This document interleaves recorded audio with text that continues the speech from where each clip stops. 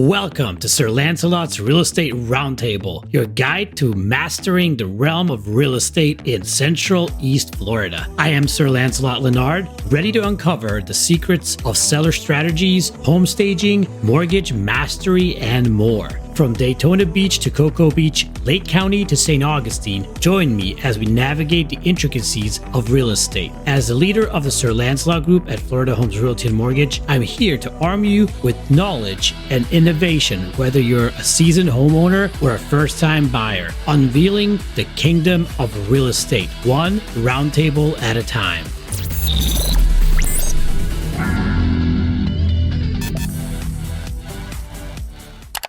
Welcome to another exciting episode of the Real Estate Roundtable. Today we have a powerhouse guest, Jay Tobey, the driving force behind Northstar Financial Group. With a bold $150 million investment into the substance abuse and mental health space, Jay is not just changing lives, he's transforming industries. Whether it's mastering property management, raising capital, or demystifying private equity, Jay makes even the most complex strategies feel as accessible as a simple real estate deal.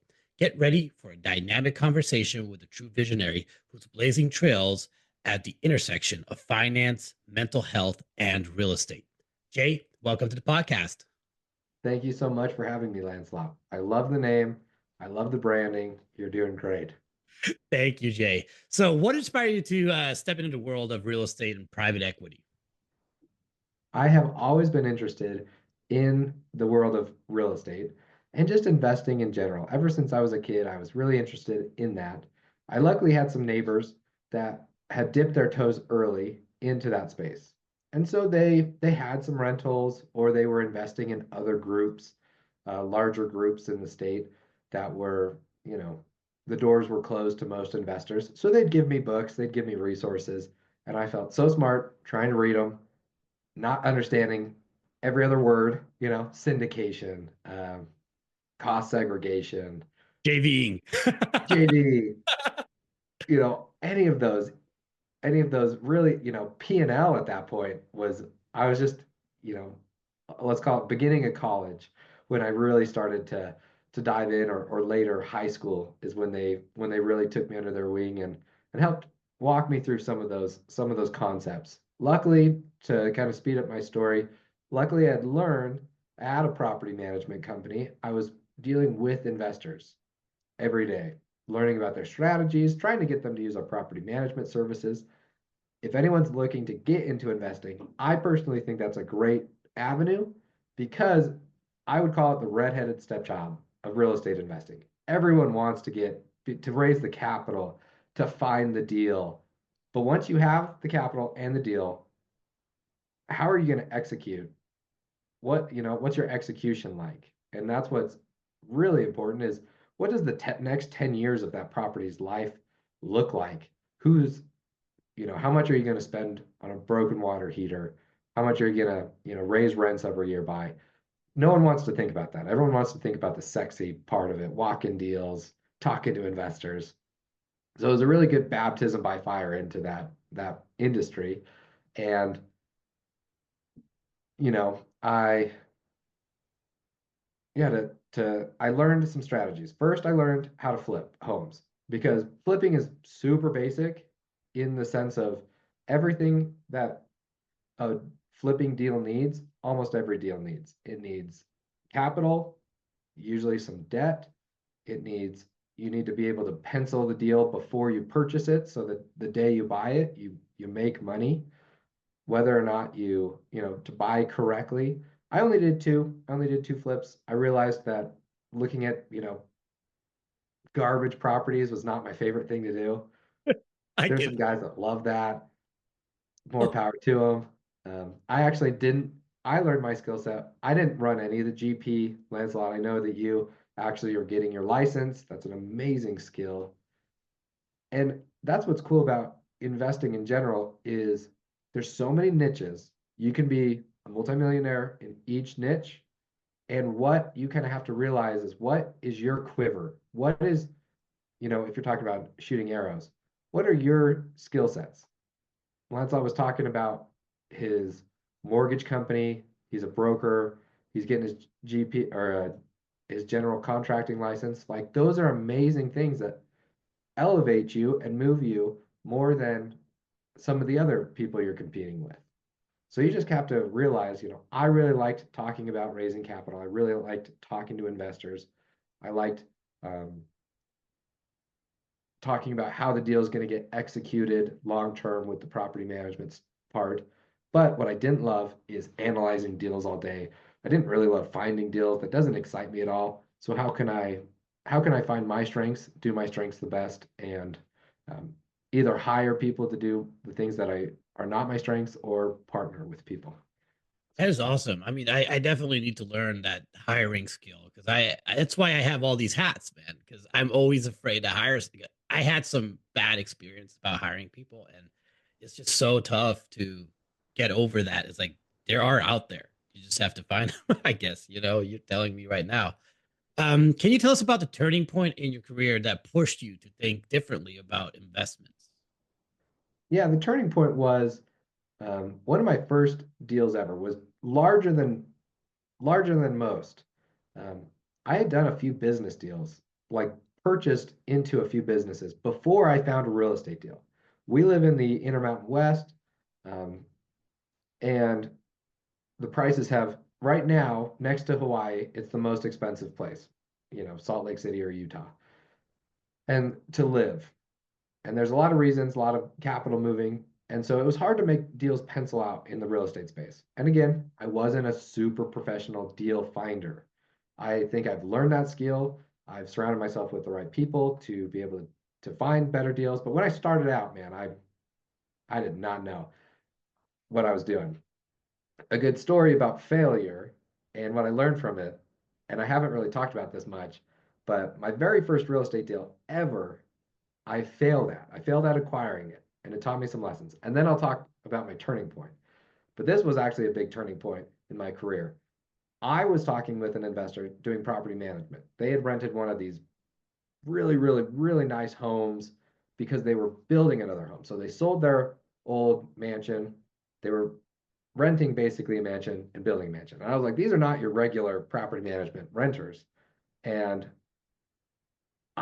started talking with him, and the guy came from a wealthy family, and he actually had a really unique property in a city in Salt Lake. It had a bunch of commercial, a bunch of residential above it.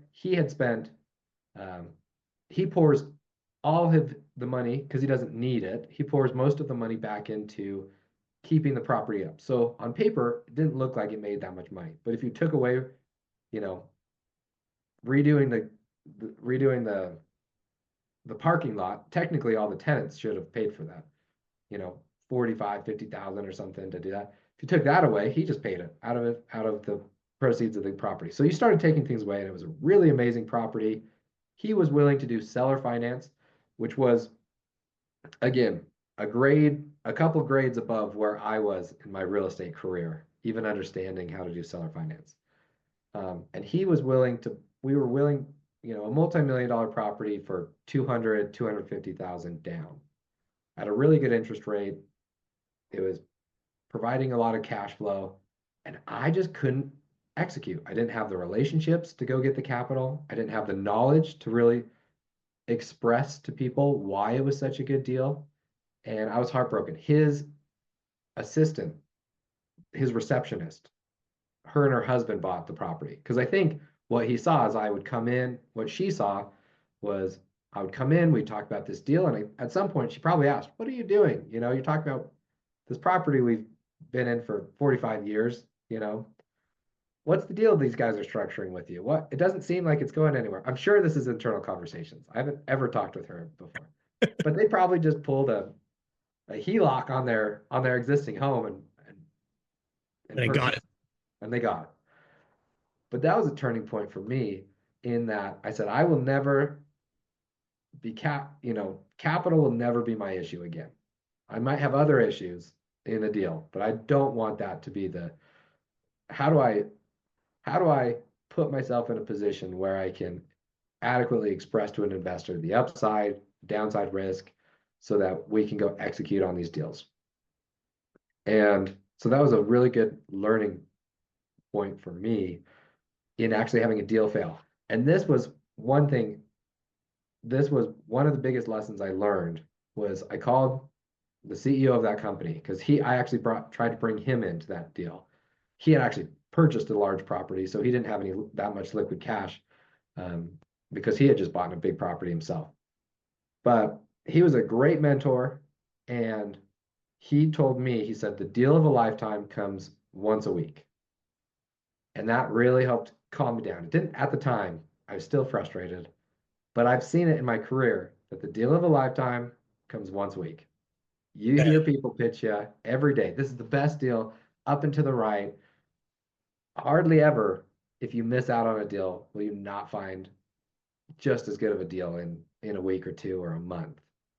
that is So great advice, my friend, because everybody's like, when they're doing their first one, oh, this is the deal. This is the deal. It's like the deal of a lifetime. I know how it is because I've been through that myself. And oh my God, this is amazing. Look at the numbers, and it's gonna pencil out and everything's gonna be awesome. And then we're gonna sell it for this much when we buy it for this much. And it happened. We did it, we went through with it. And oh my God, we just did in 1 year a $1.2 million increase in value. I mean, that's a pretty dope number, yeah, on a property. And yeah, we have that experience. It was a joint venture, JVing, as you said, my first one. So I had no clue what we were doing at all. I was a real estate agent, but I got a portion of the deal because I brought the deal. yeah. And those are the parts of the deal. Someone's got to find the deal, someone's got to have the capital, and someone's got to run the deal. If you look at it like a triangle, that's how I look at it. And that's a great way to get your first experience Yeah, is say, hey, you might not need to run this entire deal. You brought value to that deal. You didn't own it 100%, but you don't need to own it 100%. You then get to learn off the coattails of those people that probably ran that deal. And look, you're right. Your appreciation 1.2, like, can't be sad. yeah, exactly, exactly. So how did Northstar Financial Group come to life, and what sets it apart in the industry? Yes. So um, my background was just doing deal by deal, and that was great for a while. And then I started to get, it was a good problem to have to get too larger than I could do deal by deal. So we pivoted, um, uh, for a few years to say, how could we grow at scale? How can we grow bigger? My very first investment was into a drug rehab. Personally, we invested into a drug rehab in Ogden, in northern Utah. And it was because I said, if I'm going to get into the investing space, I should do something philanthropic first. And even though it was a for-profit, it was going to generate dividends and things. But I said, we've got to help individuals. Over the course of being on the board of directors in that space, I just learned how much need. And I think everyone, if you just think about your life right now, you can kind of see substance abuse or mental health, massive issue in the country, and it's only getting worse. So over these last few years, getting more and more experience in that space, I said to myself, I said, we have this real estate background and we have this private equity background. Let's blend those two, make Northstar Financial Group with its funds, our Northstar Recovery and Wellness. That's where we're really investing. That's the um, Northstar Financial Group is just the management company behind it, the management, holding company, and saying Northstar Recovery and Wellness, we're going to go in and we're going to, deploy a lot of capital and really, you know, it's a big real estate play because we're buying the assets, we're buying the real estate assets behind the commercial buildings, and you're buying housing for clients that need housing. So we're buying a lot of long-term housing. So it's a multifamily play as well.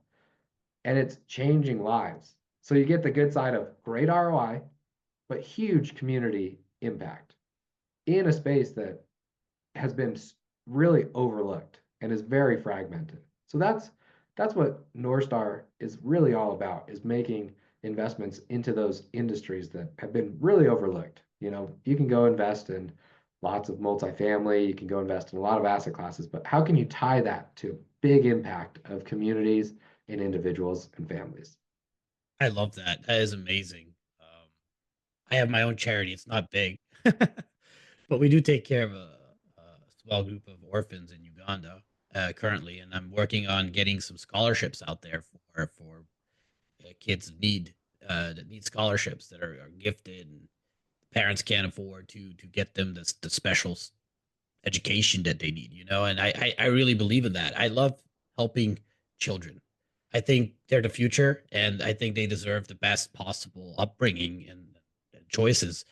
I'm even trying to find places where I can volunteer to go and mentor or just to hang out with them so they can see someone different. Like here, I'm here. You can talk to me, ask me questions. I can spend a half an hour with you, go grab ice cream or something, and you can have all the questions in the world. See how I do things, maybe, and just to be there for them a little bit. I think Yeah, that's there's a great organization that we've gone to their galas. We haven't done any of their trips yet, called the Child's Hope. They partner with foster care companies around the world, and man, life-changing work. That's what I've realized in the nonprofit space is sometimes it's a bit sad because nonprofits in general are helping those people that need help the most. Now, we have a nonprofit arm and we have a for-profit arm, but it's amazing what you're doing with kids in Uganda. And I'd love to connect you with the Child's Hope and Kent White over there if anyone's looking to go on some life-changing trips and make some life-changing differences. Even with your nonprofit, there might be uh, they do stuff, I think, in Africa. There might be some synergies there. yeah, we could definitely hook up and maybe get something further than what I can raise here with my little manpower, one manpower here. Always trying to change the world. um, we're all heroes in some kind of shape or form for some people. That's what I always think of. We try to make Yeah, we just took the route of we'll help substance. There's a lot of people to help. And that's where I said earlier, in real estate or in business, there's a lot of niches. You can find a lot of success, Airbnbs or um, the family or whatever. or yeah, whatever. We've just found a niche that we really enjoy, which is helping those dealing with substance abuse, mental health, and we really look at where capital can make, capital meets care. So That is awesome, man. I mean, that's probably where the 150 million went. yes, that's why Yeah, we're deploying that. that's really unique. And with Because we have that, heartbreaking stories. I mean, I could tell you, I have texts, so many texts on my phone of families running into this behavioral health system and just being like, there's one where a family they tried to, a family tried to a person tried to commit suicide and they had to wait 4 months to be able to be find a bed, just find a place for that client, that person to go, that family member. yeah, And I mean, we have story after story of people trying to find help and trying to find access to more services. And really, and so that's where we said, okay, as a private sector, we can come in and make a big difference. We can come alongside government and nonprofit organizations, but how can we help make a difference?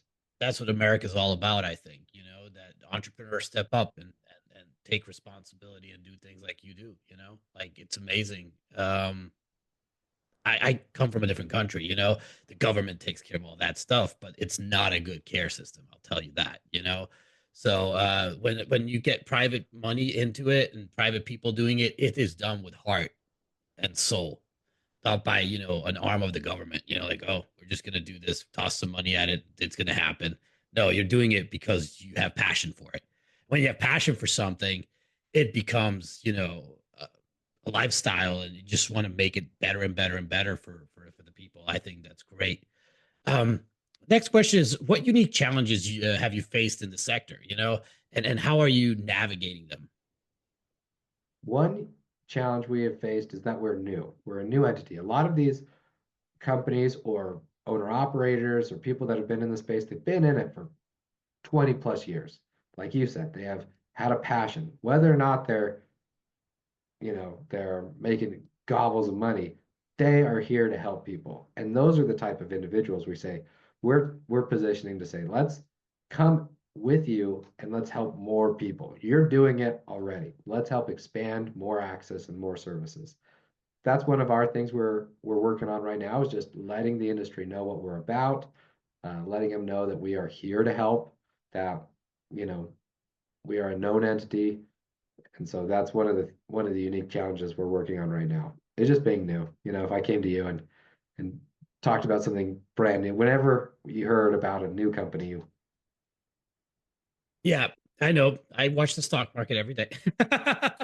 It's one of those things like, oh, I don't know if I should invest in that. That's super new. But exactly, you have to prove your, your abilities to be capable of doing what you're doing, and it's a tough road down the line. get good operators, and it's an industry where you're not just selling a gizmo. You're not just selling if your headphones break, hey, I'll sell you some new headphones. It's an industry where you're really taking on people's lives as they are trying to get better with mental health or addiction.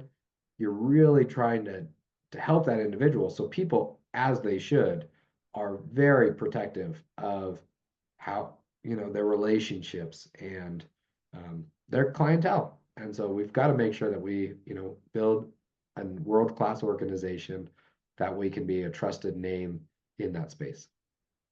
Yeah, I love it, man. So let's get into like a little expertise deep dive here. Why do you believe property management can make or break a deal? Yeah, I believe I've seen it so many times. Like you said, Lancelot, everyone says, "Oh, we're gonna make this much. We're going to our month we can charge X amount for this." If we talk about a single family home, let's talk about one door. We can charge X amount of money for this one or a duplex. These two doors, it'll cover our rent, it'll provide this return, will be good. It'll appreciate at this rate in this area. Very basic numbers. But how property management solves all the or deals with all the individual execution of that strategy, which is, well, if your tenant comes in and you put a bad tenant in there and they thrash the unit, we all have horror stories of thrashing units. There goes all your extra cash flow for the whole year or more. You might be in the red. And um, and so it's super important to put in that correct management, whether you're self-managing or you are doing property management. I always lean towards it's worth giving up 8 to 12% because then you are protected with legality. We see it all the time. We saw it in California. We don't hold any properties in California, but someone can come squat. We had a good friend of ours.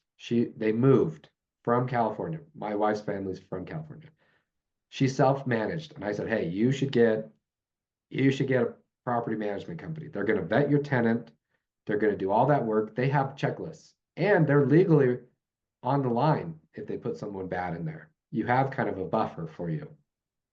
Well, she said, "No, I could do it."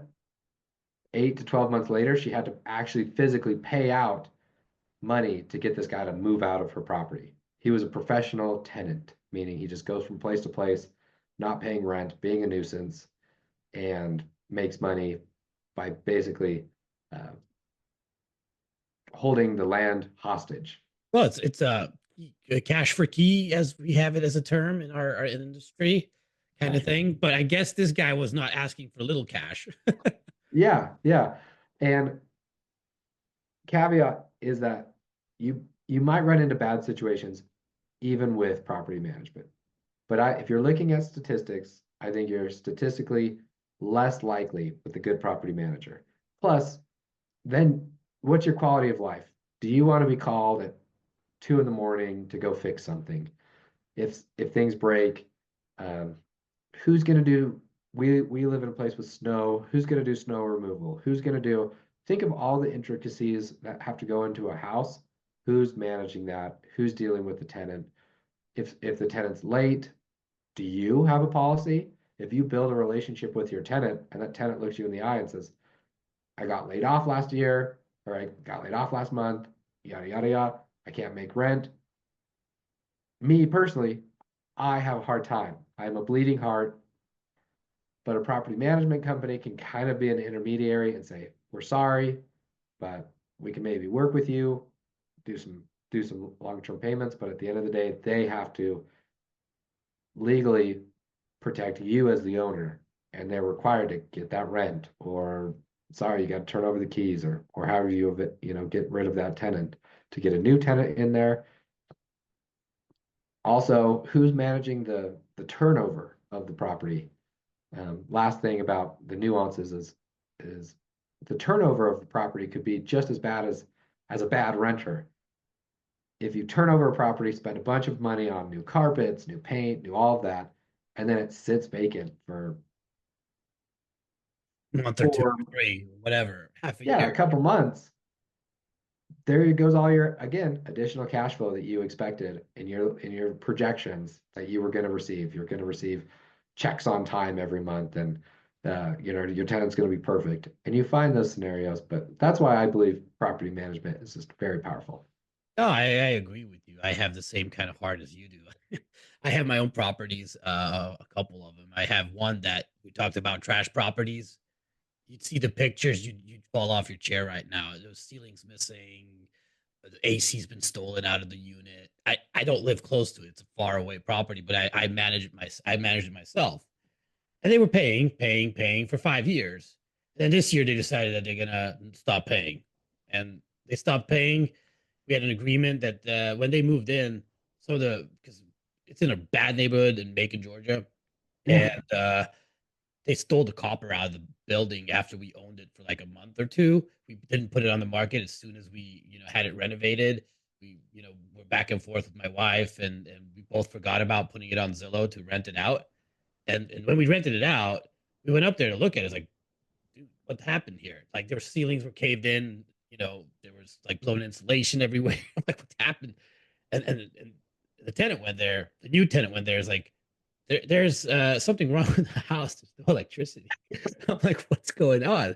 oh So my goodness. electricians to go up there and rewire the whole house. It was an expense that you didn't really count on because it was functioning when we bought the place. It had an AC working and everything. The AC was in a cage. Imagine this neighborhood that you have to put a cage around the AC. Yeah, is it like a ground AC or like a window AC? Ground AC, like a full on house. Wow. Okay, yeah, yeah. Yeah, and it had a cage around the compressor on the outside. I was like, how bad a neighborhood can it be when they have a cage around the AC I unit see on the you. outside? Probably for the copper, right? Yeah, yeah, yeah. So now, Oh, yeah. the attorney that did the eviction for us was going to evict them if they don't pay. And it took 7 or 8 months for us to evict them because first I was just messaging them because they were like 5 years you paid on time and you caught up when you were behind and everything like that. So I was like assuming that they're going to do that the same thing. Just kept texting them and writing them and no answer, no answer. I was like, we got to do something. So I finally, after 4 months of non-payment, called an attorney. He's like, hey, let's evict them. And the eviction took 3 months. Right. It happened. And She sends me the pictures. There's exterior doors that were chewed up by dogs. There's windows that are broken. No appliances left. No window units left because they stole all those. The big AC condenser was missing. Like boy, it crazy. wasn't working. I understand that because I went and brought them window units because the condenser didn't work, and I was like, it's $8,000 to fix this. You're paying me $700 a month. I don't think I could replace that. Not in the Yeah. short term. Yeah. Um, but they stole everything out of the place. It was insane, and they left trash everywhere, like like piles and piles of empty bottles. It was just horrible. It was like horror pictures. I'm like, God, it's gonna cost me $1,000 to just clean it up to put it on the market and sell it because I'm like, I'm done with that property. It's too far away. But I have also here Section 8 tenants. And what the thing about I like about Section 8 is that you get your mailbox money. It's a check. It's not a check. It's a wire to your account beginning of the month, every month, and then the tenant pays their portion. But we were talking about kind heartedness. And it's coming from the county, correct? Yes, it's coming from the county. Yeah. So I had this one tenant, $56 was their part of the rent a month, and they fall behind constantly. I'm like, it's $56. Like you guys smoke, you drink, you have cars, you can't pay $56. Yeah. Like Yeah. and they called me, he's like, I heard you want to put an eviction on us. I said, I didn't put it yet, but I'm planning on because you're 3 months behind and it's $56 a month. Like, but you were so kind and nice and you said it's okay. I'm like, not for 3 months, like a week or two, maybe, but 3 months, that's a long time. Yeah. Finding that hard. So I know because I have a kind heart too, and I'd like, whatever, it's $56. I'm not gonna die if I don't get it. You know, the principle is the key more in that world. I was at a conference, and unfortunately, in that scenario, it is about a speaker was talking, and it's a little bit about like the kids' book, Give a Mouse a Cookie, and then they want more, and then they want more. The more you kind of give, and that's where you just got to hold the line. Property management just got to hold the line, Yeah, that's especially what. if you have investors. If you have investors, you need If it's to not your own property and you have investors that you get accountability towards, then it does make a lot more difference. That you gotta have to do it professionally. It's like, hey, um, eviction or faulty payment notice is going to be on your door 3 days after the first. You know, yeah, that's it. You don't pay, the notice is up. If there's a reason, let's say you get a social security check on the 5th. Okay, we'll wait to the 5th. If it's not, the money's not here by the 5th, because you get your money directly deposited into your account. If it's not here on the 5th, the 6th, the notice is going on. You can't wait with it. Yeah. yeah. So So that is how it works. I guess, we're just being super, kind, and we're humanitarians in a lot of ways, you and I. So our kind hearts, it's like just try to treat people, as I would like to be treated. If I have hard times, I'd like to be treated the same way. So I guess that's our little fall in this business. yeah, What are some common mistakes people make when raising capital, and how can they avoid them? a common mistake I see all the time is that they look at capital as their hurdle. They look at if I only had X, if I only need $50,000. I only need $20 million. I mean, Yeah, just put in whatever number. But what I've seen is the money will come if you have that strategy. Work as if you have that capital. Then what? And again, I've harped on it a few times, which is how are you proving that you're going to be able to execute with that capital? And if you're able to really talk and show and prove, look, we're going to be able to execute with this capital, capital will come. And if you, I hate to say it, like anything, it's a numbers game. You get it in front of enough people, you do it correctly with the way you file, find a lawyer, raise money correctly, protect yourself, protect the investor. We can't harp on that enough. But when you're raising capital, don't think capital is the hurdle. Look at look at everything as a holistic picture and say, why wouldn't someone fund this? An investor I really liked on one of my first deals, he had sold his company for hundreds of millions of dollars. I was lucky to get him. But um, he gave me a good example, which is he said, everyone always talks about the upside, but how do I protect the downside? As an investor investing, that's what his philosophy was, is what is the downside on this property? Or what is the downside on this deal? Is the risk worth the reward? If you're investing in a business, sometimes businesses fail, they go to zero, but you're hoping to get the upside reward. You're hoping to get an outsized return in that business. Real estate investing is let's look at what is the downside. If I protect my downside, the upside will take care of itself. Like you said, if you have 5 years of good renters, is there a way that you could protect a year or two of bad scenarios like you talked about? You're putting money away, you're protecting your downside.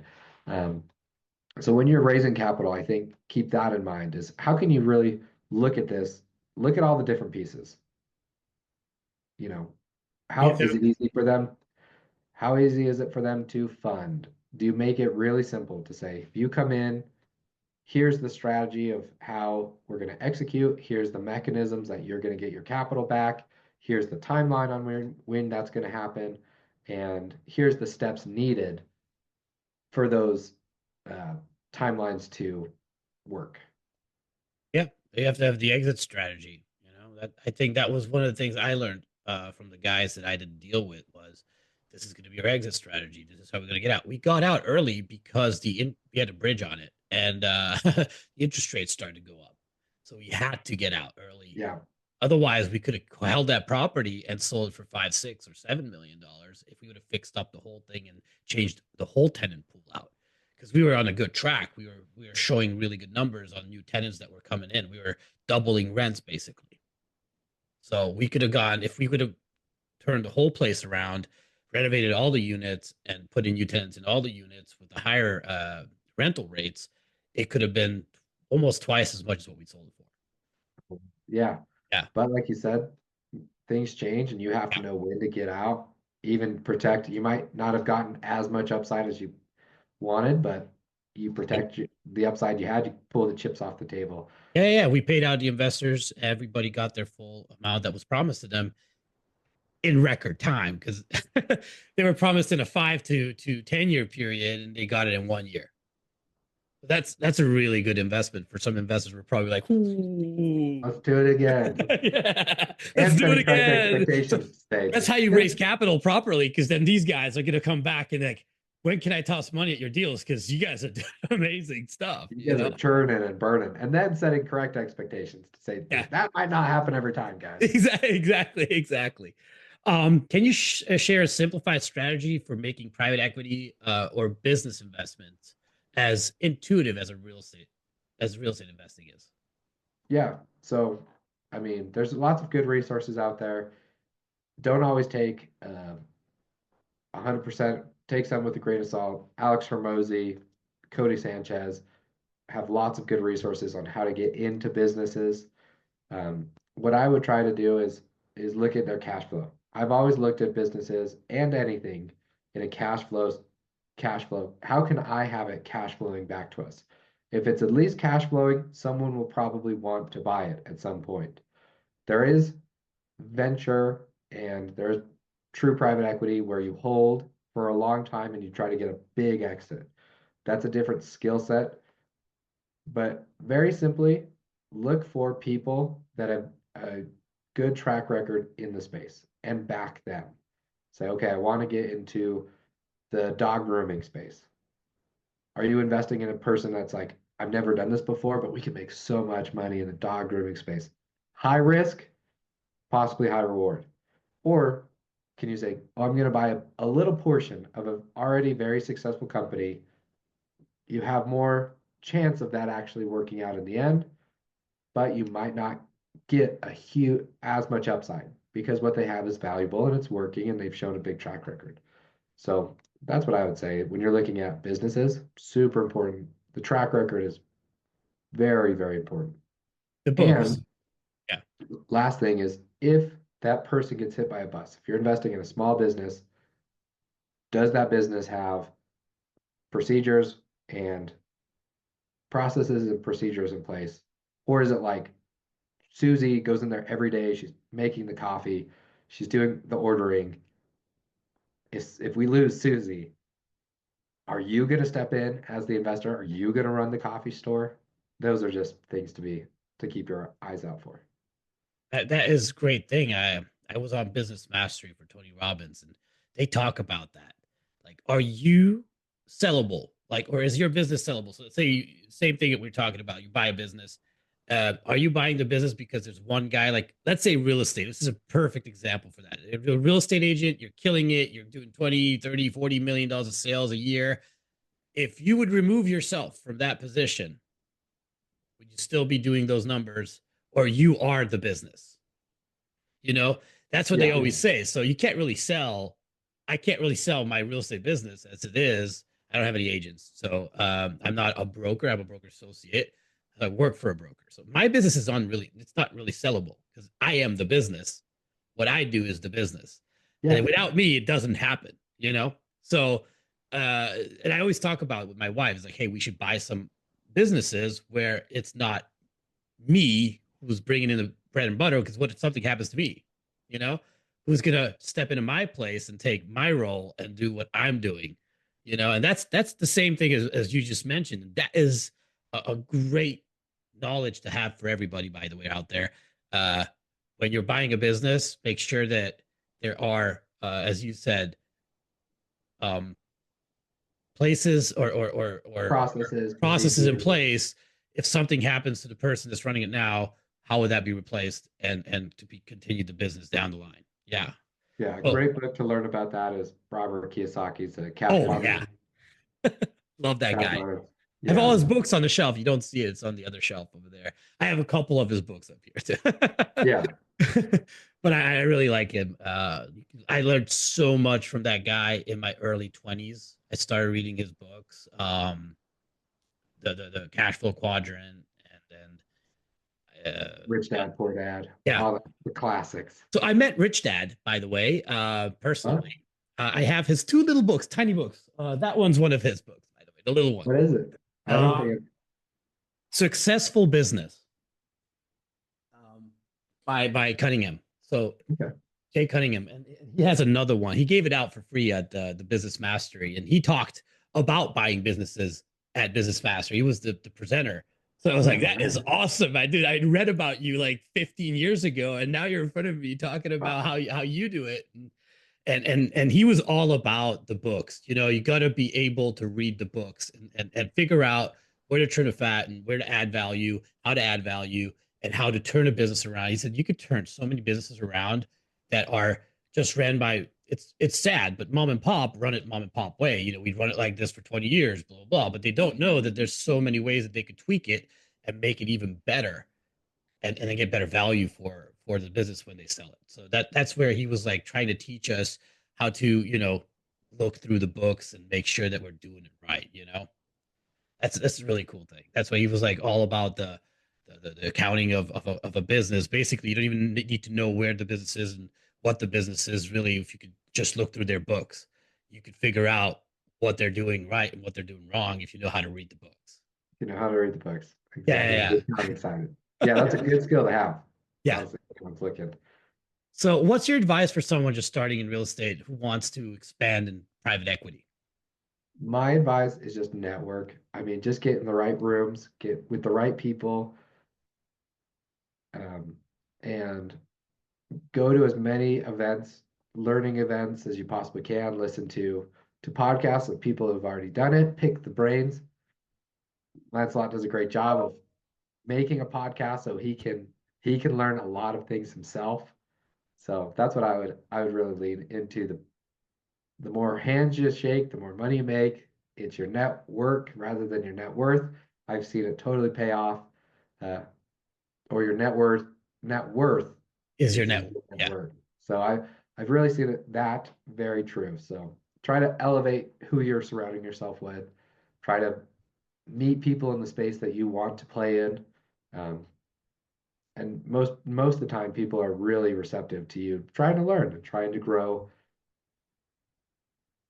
Yeah. Awesome.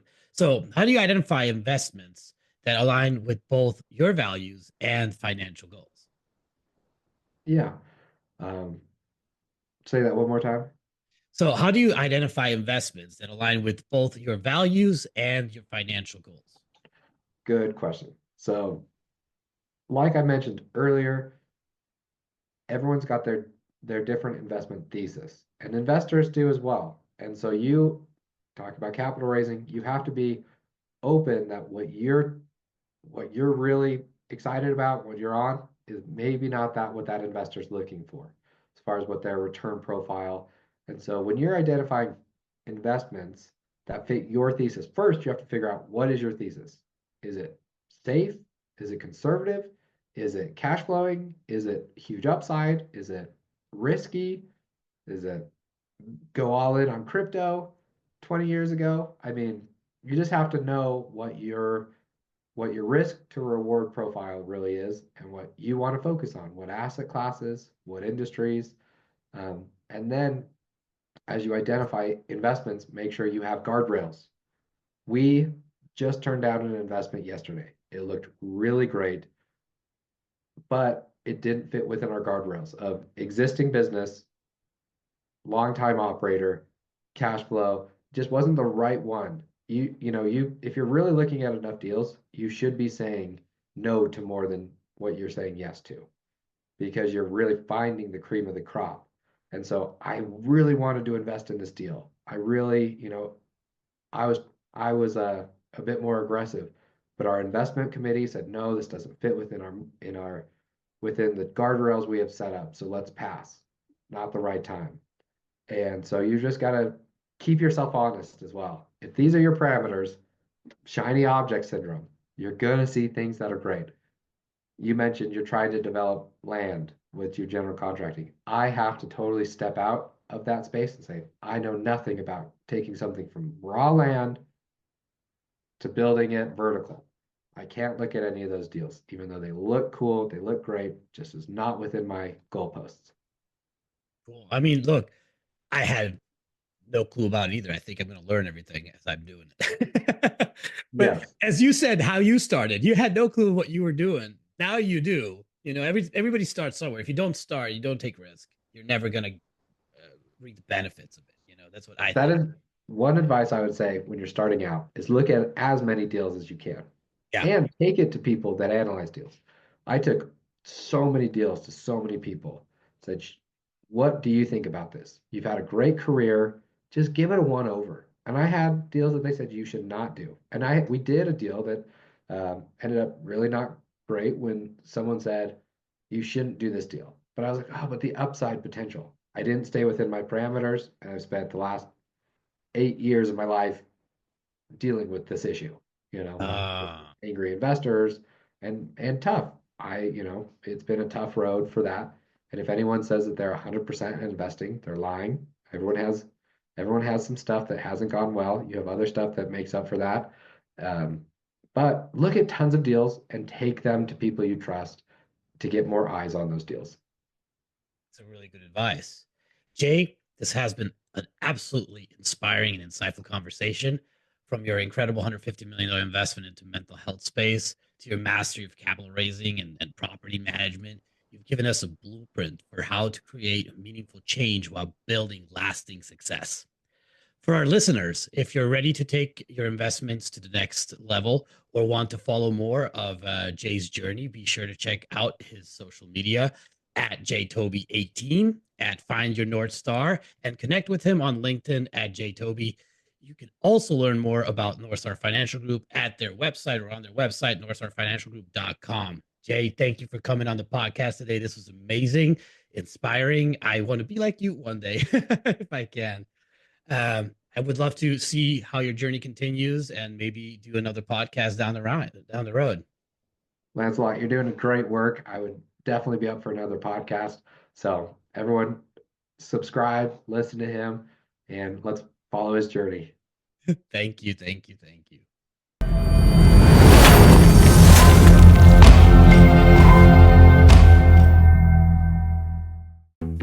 Thank you for joining us on Sir Lancelot's Real Estate Roundtable, where we've unveiled the mysteries of real estate together.